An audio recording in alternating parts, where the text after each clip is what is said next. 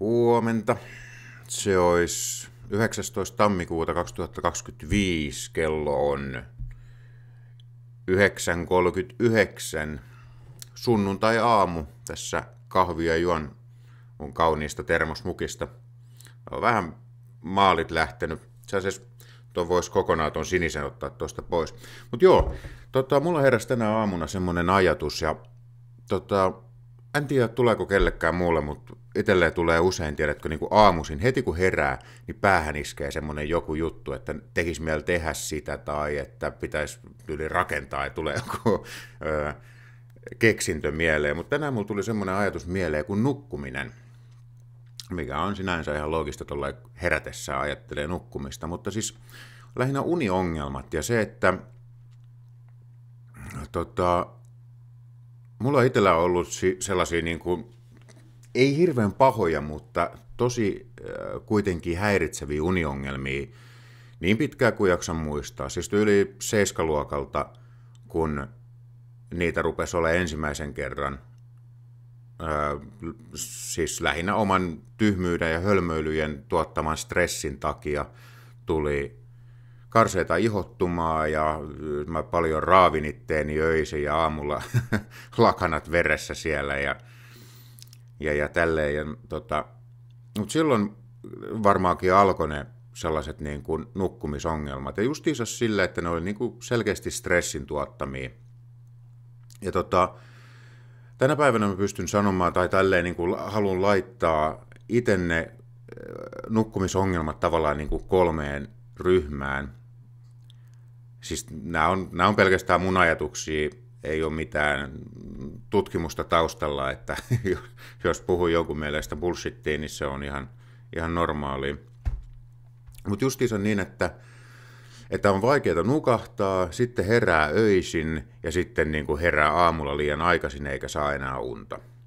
Eli nämä 3 on ne periaatteessa, mitkä itsellään on, mikä tavallaan vaikuttaa. Se on niin kuin ne kaikki 3, että ja tekisi mieli niin kuin vähän jakaa tosiaan niin kuin ajatuksia siitä, että miten mä itse on ottanut jotain niin kuin tapoja käyttöön, mitkä auttaa mua, ja sitten vähän sitä, että mistä ne niin kuin johtuu justiinsa. No okei, lähdetään nyt vaikka sit siitä, että miten mä yritän sitten päästä eroon näistä. No totta kai se paikka, missä sä nukut, niin se on mulle itselleni ollut aina tärkeää, että se on tosi pimeä, tai mahdollisimman pimeä. Toi mun makkari saisi olla vielä pimeämpi, mutta toisaalta sitten aamuisin on ihan kiva, että tunnistaa kuitenkin sen, että milloin se aurinko on noussut ja milloin se päivä on sitten niin kuin alkanut tavallaan. Ja sitten myöskin lämpötila on tärkeä. Toiset tykkää viilemmästä, mä itse tykkään tosiaan viilemmästä. Mutta joskus tulee toki niitä ongelmia, että sitten niin kuin siellä peiton alla on liian kuuma ja sitten niin kuin ilman peittoa on liian kylmä.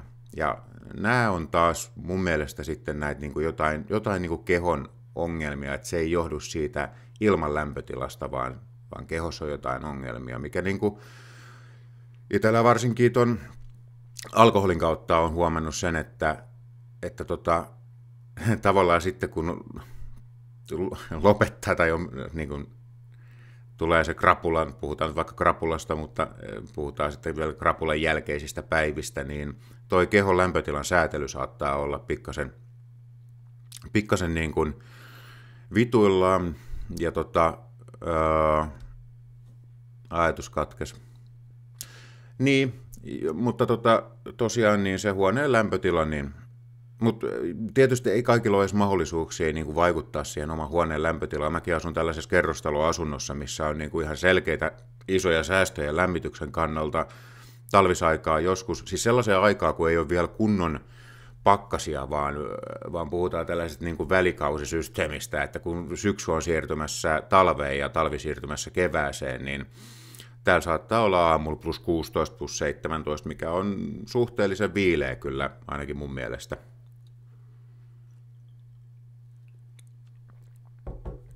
Kyllä mä kuitenkin tykkään, että se on siinä jossain 20, ehkä 20 paikkeilla, että ei niin kuin mitään 23 tai 4, ei olla vielä sentään niin vanhoja. Mutta Joo, niin niin no joo. Eli niin siis nämä kaksi asiaa. Se, että huone on pimeä ja lämpötila, no nämä on nyt sitten hyvin tällaisia yksinkertaisia asioita. No sitten mä rupean miettimään sitä nukahtamista. No okei, perusjutut, mitä on aina sanottu, että ei tietenkään kannata niin kuin mitään kofeiinipitoisia asioita vetää niin kuin ennen nukkumaan menoa, siis monissa asioissa, niin kuin suklaassa ja teessä ja kahvissa ja kaikissa tällaisissa niin kuin on aika paljon kofeiinia. Ei tietenkään kannata syödä mitään ihan hirveästi ennen nukkumaan menoa, siis mitään niin kuin älyttömiä annoksia, rasvasta paskaa ja siis pistää niin kuin aivokemiat ihan, siellä tulee dopamiinia ja mitä kaikkea ja mitä, en mä niistä nyt mitään tiedä, mutta, joo. No mä itse tykkään polttaa tupakan ennen kuin mä menen nukkumaan, se rauhoittaa mua tosi paljon. Toiset on taas sellaisia, että ne saa jotenkin niin kuin energiaa siitä tupakasta tai niiden aivot vilkastuu siitä ja se on ihan yksilöllisiä juttuja. Ja no sitten semmoinen niin kuin melko uusi asia, mitä mä oon tajunnut, siis kun on mennyt tuonne sänkyyn makoilemaan, niin mä oon huomannut semmoisen jutun, että mitä lähempänä ollaan sitä nukahtamispistettä, niin sitä oudommiksi ja sitä tavallaan niin kuin abstraktimmiksi noi ajatukset menee. Että sä et enää käy tavallaan läpi, siis se mikä niin kuin normaalisti pitää ihmistä hereillä, tai ainakin minun on se, että käy läpi kaikkia niin kuin stressaavia elämän asioita ja päivän asioita ja ongelmia ja kaikkia tällaisia, siis harvemmin positiiviset asiat pitää mua hereillä. Mutta sitten mitä lähemmäs mä menen sitä niin kuin nukahtamispistettä, niin sitä oudoimmiksi ne ajatukset menee. Siis se on semmoinen hetkellinen tila, jos pystyy niin kuin, tietysti harjoituksen kautta opit niin kuin keskittymään tavallaan samalla kun et keskity siihen asiaan, mitä tapahtuu silloin, kun sä oot nukahtamassa. Niin mulla tosiaan ainakin, niin siis ajatukset rupeaa menemään tavallaan sellaiseksi niin kuin vähän oudoksi. Ja mä oon ajatellut sen näin, että silloin ne aivot on niin kuin laittanut itsensä sinne narikkaan, hanskojen siihen heti viereen, ja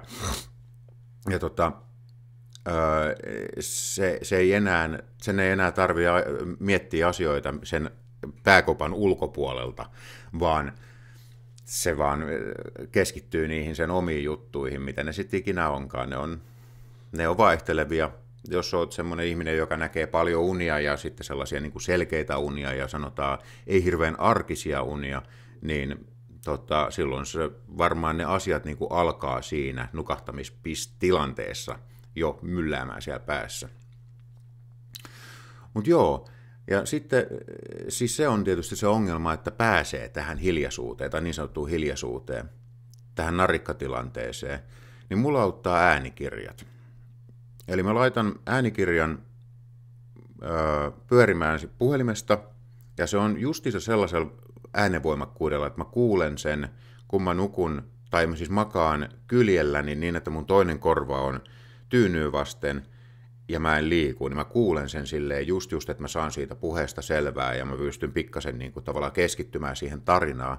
Mutta tietenkään se ei saa olla liian mukaansa tempaava systeemi, koska sittenhän se vaan niin kuin pidättää sua hereillä, mutta se auttaa mulla, ja sitten mä saatan nukahtaa hetkellisesti siinä ja sitten niin kuin tavallaan herätä pikkasen niin, että mä vaan painan sen pois ja laitan niin kuin puhelimen sitten pois siitä ja jatkan sitten nukkumista, että siitä on hyvin helppo sitten siirtyä tavallaan takaisin siihen nukahtamiseen tai siihen niin kuin nukkumiseen. Mutta joo, se on semmoinen, mikä toimii ainakin itsellään, ja tietysti äänikirjat, niitä on vähän vaikea, tai saattaa olla vaikea niin kun saada silleen, noi kaikki kirjapalvelut maksaa, ja siellä tyyliin niin kuin sillä subscribella saat jonkun 20 tuntia. No ei sitä nyt ihan hirveästi tietysti öisin tarvitse kuunnella, että kyllä mullakin noi äänikirjat, mitä mä oon jostain tuolta löytänyt, niin saattaa kestää kuukausia ihan helposti, että kun sitä niin kun joutuu sitten seuraavaan aamun kelaamaan taaksepäin, koska eihän siihen välttämättä ole niin kuin keskittynyt ollenkaan, että siihen on vaan nukahtanut, että se on saattanut pyöriä siinä useamman tunnin ennen kuin sen on sitten niin kuin tavallaan herännyt sammuttamaan ja tälleen, niin ne kestää kyllä ikuisuuden, mutta se voi olla ihan vaikka joku podcasti, kyllä varmasti löytyy siis niin kuin ihan jopa tähän tarkoitukseen tehtyjä podcasteja ja mitä liian iltasatuja, jos haluaa kuunnella, mutta pääpointti on mun mielestä se, että se on jotain sellaista ulkopuolista asiaa, mikä ei liity sun omaa elämään mitenkään, että se auttaa sut viemään pois siitä niin kuin arjen kaikesta hullunmyllystä. Jotkut ihmiset ei tarvitse tätä ja niiden elämä on niin kuin ihan sairasta, mutta ehkä ne kuluttaa itsensä sitten niin loppuun. Ja tämäkin on yksi semmoinen juttu, että sanotaan, että päivän aikana pitäisi kuluttaa itsensä niin paljon, että sitten varmasti tulee yöllä unta. Ja tämäkin on vähän sellainen, että kuka esimerkiksi edes pystyy sellaiseen, siis joillain ihmisillä on loputon määrä energiaa ja jotkut on sellaisia ihmisiä, että ei ne pysty liikkumaan ja siis jos ajatellaan tällaista niin kuin fyysistä, mutta myöskin tietysti tuo niin kuin psyykkinen kuluttaminen auttaa myös, että jos paljon tekee niin kuin vaikka tietokoneella töitä, mitä ikinä tutkimusta lukee ja kaikkea tällaista, niin kyllähän se, siis jos se on sellaista niin kuin vaikka opiskelua tai tällaista, niin kuluttaa sitten. Mutta mun yksi kaveri kerran sanoi aika hyvin tästä jutusta, että kun pitäisi kuluttaa itsensä loppuun. Hän sanoi näin, että päivät on liian lyhyitä, siis vuorokausi on liian lyhyt siihen, että pystyisi kuluttamaan itseään tarpeeksi niin, että saisi nukuttua sen tarvittavan määrän. Jos nyt ajatellaan, että tarvittava määrä on vaikka 6-8 tuntia, ja jos vaikka sanotaan nyt se 8 tuntia, niin 16 tuntia ei riitä, jotta sä pystyisit nukkumaan sen 8 tuntia, koska sen 8 tuntia tarvii aina kuitenkin nukkua. Se on lähinnä tämän teoriaan se pointti, että se 8 tuntia on se, mitä pitää nukkua, mutta 16 tuntia ei riitä siihen, että sä pystyisit nukkumaan 8 tuntia. Ja se ei toimi niin, että 16 tuntia sitten ehkä riittää siihen, että sä pystyt nukkumaan 6 tuntia, koska se ei ole tarpeeksi unta kuitenkaan. Eli tyyli vuorokauden pitäisi olla vaikka 28 tuntia tai 30 tuntia pitkä. Mutta joo, siis se oli vaan tällainen hauska ajatus ja mun mielestä tykkäsin siitä. Okei, no sitten seuraavaksi on tietysti se yölliset heräämiset ja ihan mulla menee ainakin silleen, että mä niin kuin herään tyyliin joka kerta kun mä vaihan kylkeä, siis muutan asentoa, niin mä joka kerta herään. Mä aina tiedostan sen. Ja joskus aikoinaan mulla oli siinä niin kuin sängyn vieressä tällainen kello, digitaalinen kello, mikä hohti sellaisen vihreänä siinä ne numerot. Ja aina kun mä heräsin, mä katoin kelloa ja se oli niin kuin karseinta. Tiedätkö, kun sä niin kuin näet, että ai jaa, kello on 4. Menee vähän aikaa. Oho, kello on 5:30. Jaa, kello on 7. Niin kuin jatkuvasti se stressaa ihan saatanasti ja se tekee niin kuin siitä vielä karseempaa. Eli siinä on ensimmäinen mun vinkki on se, että jos sulla on kello siinä jossain, niin ota se pois. Ja jos sulla on tapana kurkistaa puhelinta, niin älä ota sitä puhelintakaan siihen sitten viereen. Ai niin, mutta siihen tarvitsee, mikä sen nimi oli, äänikirjan. No joo, ristiriitaisia ohjeita. No ei, mutta siis siihen mulla ei ole oikeastaan mitään sellaista kikkaa. Mä en ole keksinyt siihen mitään kikkaa, enkä mä oikeastaan tiedä. No, äiti kertoi joskus, että se saattaa herätä yöllä ja olla niin kuin pidempääkin hereillä. Niin hän sitten saattaa lukea siinä jonkun aikaa. No mun mielestä, mä en itse tästä vaihtoehdosta tykkää, koska se tarkoittaa sitä, että sun täytyy avata sun silmät, sun täytyy laittaa valoa, sun täytyy tehdä kaikkia tällaisia asioita, mitkä tavallaan niin kuin virkistää sun mieltä vielä enemmän. Mutta tämäkin on nyt sitten niin kuin ihan ihmiskohtainen juttu. Mä oon joskus laittanut sen äänikirjan takaisin päälle, mutta sekään ei oikeastaan hirveän hyvä. Tai siis se toimii joskus. Jos mä oon tosi pitkään hereillä, kun mä herään yöllä, niin saatan laittaa sen päälle ja sen avulla on sitten saattanut saada uudestaan unta. Mutta yleensä nämä on niin, että kun mä herään silloin keskellä yötä, niin mä en ole hirveän pitkään hereillä. Mutta se on selkeästi niin, että mä tiedostan sen. Voi olla, että mä käyn vaikka vessassa ihan vaan varmuuden vuoksi. Kun satuin nyt heräämään, niin käydäänpä nyt sitten vessassa samalla tässä ja kelleen. Mun mielestä paras vaihtoehto on vaan pitää silmät kiinni ja jatkaa siis makaamista siinä sängyssä. Se on tällainen niin kuin mun vinkki siihen. Siihen ei ole mitään fiksumpaa. No, sitten tullaan tähän viimeiseen, eli herääminen liian aikaisin. Ja tämä on myös semmoinen juttu, että mulla kesti tosi kauan tavallaan oppia sellainen systeemi, että mä en hermostu siitä, että mä herään liian aikaisin. Eli se oli se juttu, että mulla meni hermot, siis ihan totaalisesti hermot, hakkaan nyrkillä mun tyynyä ja patjaa, kun ei niinku vaan kestä sit satana joka aamu heräät liian aikaisin ja niin kun tyyliin 6 aikaa ei ole aurinko edes kerennyt nousta ja oot nukkunut ehkä 4 tuntia tai jotain. Niin kuin, yes.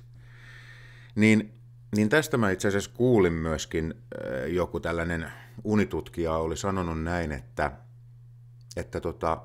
jatkaa vaan sitä makaamista, että yrittää päästä siitä niin kuin ärsyntymisestä, jos semmoista tulee, niin se vaan täytyy niin kuin hyväksyä se, että tämä mun uni on nyt tällaista, mun nukkuminen on nyt tällaista.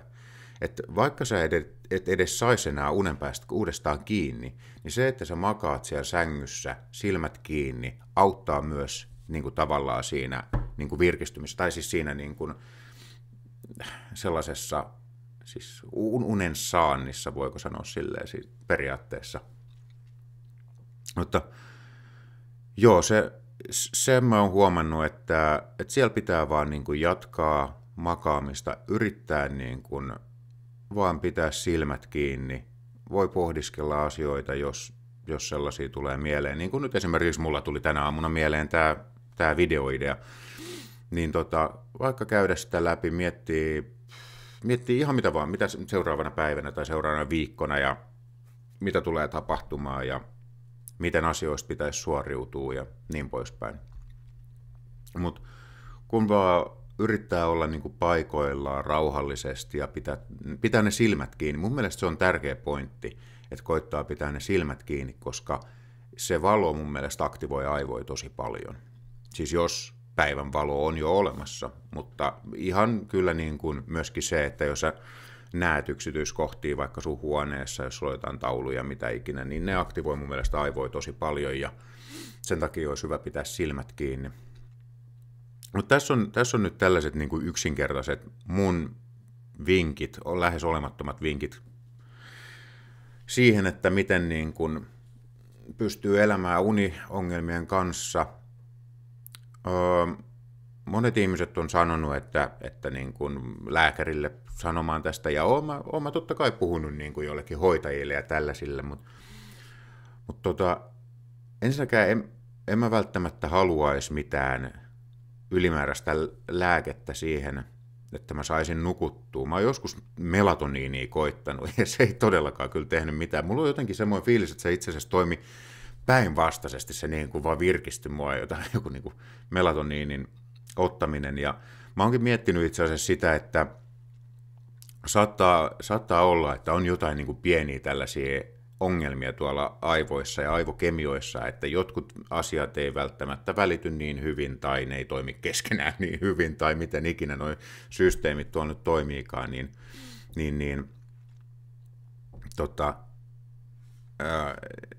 siellä saattaa olla jotain, mutta se ei ole kuitenkaan niin.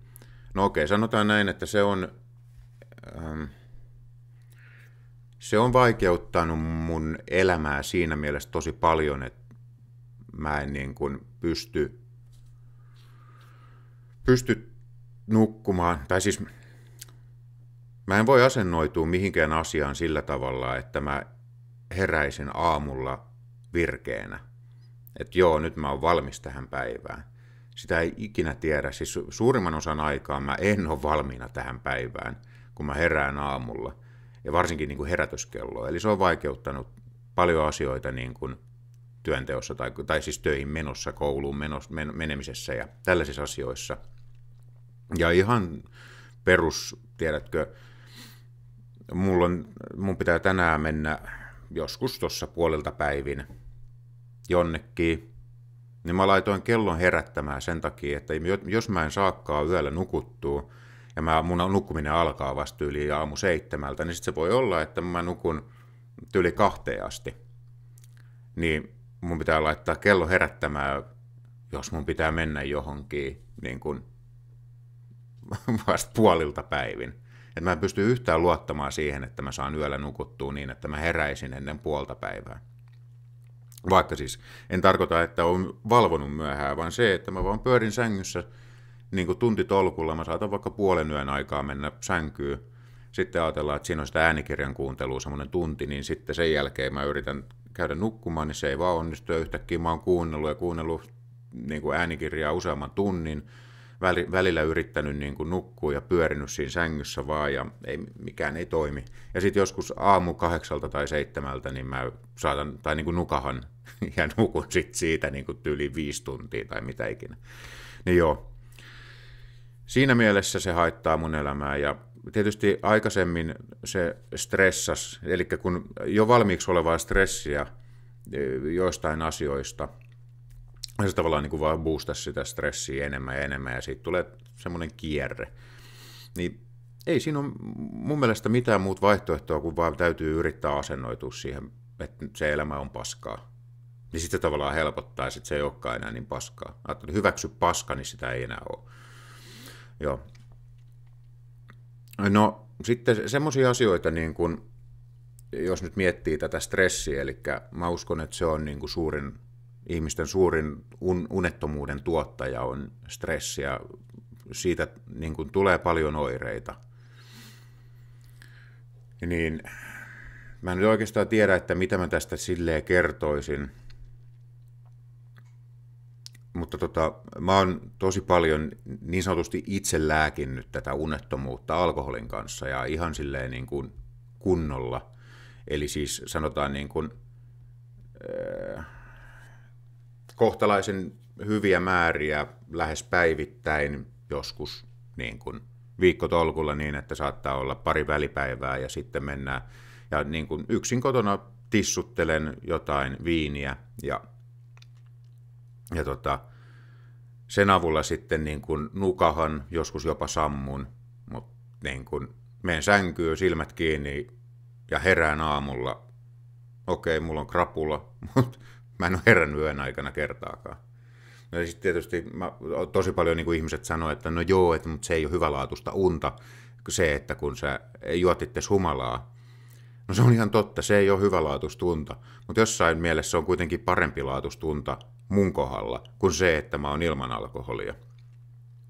No se nyt on tietysti vähän sitten ongelmallinen, koska siitä tulee suurempi se semmoinen stressioireilu tuosta alkoholista. Eli alkoholin pitkäaikainen käyttö tuottaa sellaisia niin kuin stressioireita, vaikka sä periaatteessa oot mukavalla tuulella jatkuvasti, mutta mulla on ollut siis tällaisia yksinkertaisia niin kuin, ihottumaa, ja sitten joskus, tämä oli hauska, siis mulla oli elohiiri vasemmassa silmässä varmaan pari viikkoa.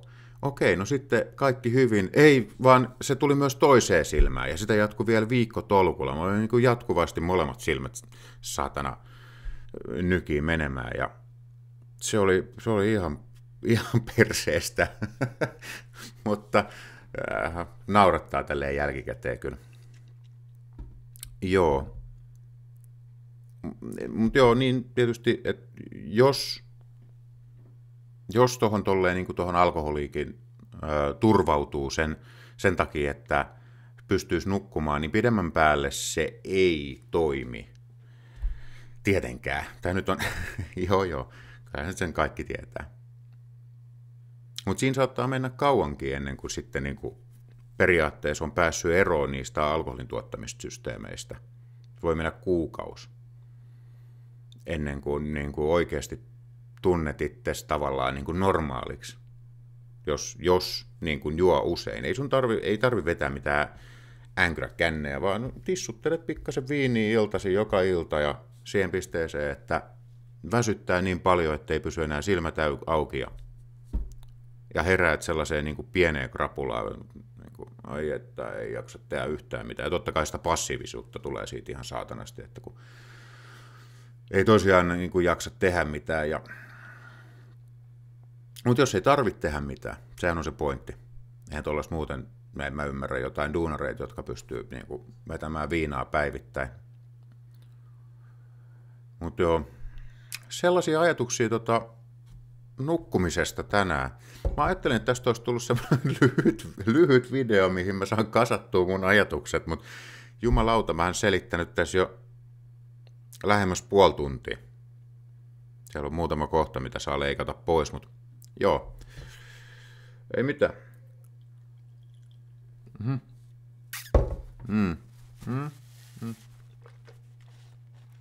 Se meni hyvin. Joo, no niin, kello on 5:10 ja päätetään video tähän. Toivottavasti se onnistui, koska ei voi koskaan tietää. Heippa dei.